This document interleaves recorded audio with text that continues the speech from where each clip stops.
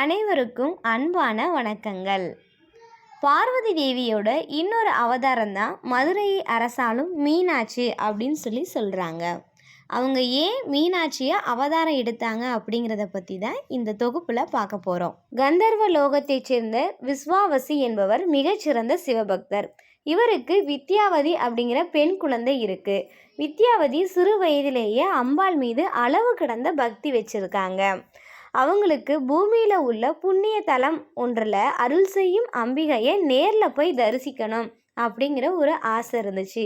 தன்னுடைய ஆசையை தனது தந்தை கிட்ட வெளிப்படுத்துகிறாங்க. அவரும் கடம்பவனமாக இருந்த மதுரையில் அருள் புரியும் ஷியாமலா தேவியை வழிபடும்படி சொல்கிறாரு. அதன்படி பூமிக்கு வந்து ஷியாமலா தேவியை தரிசித்து வழிபட்டு வந்தாள் வித்யாவதி.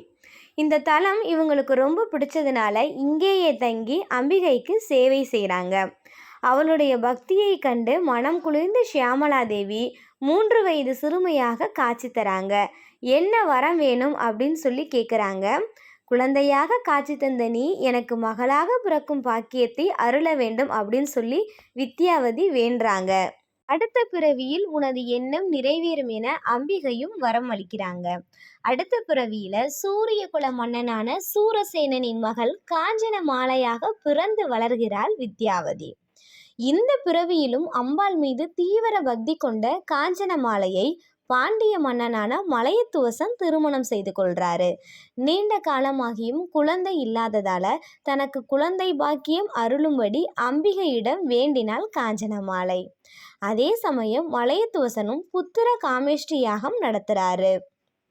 யாக குண்டத்திலிருந்து 3 தனங்களுடன், அதாவது 3 மார்பகத்தோட அழகிய பெண் குழந்தை தோன்றியது.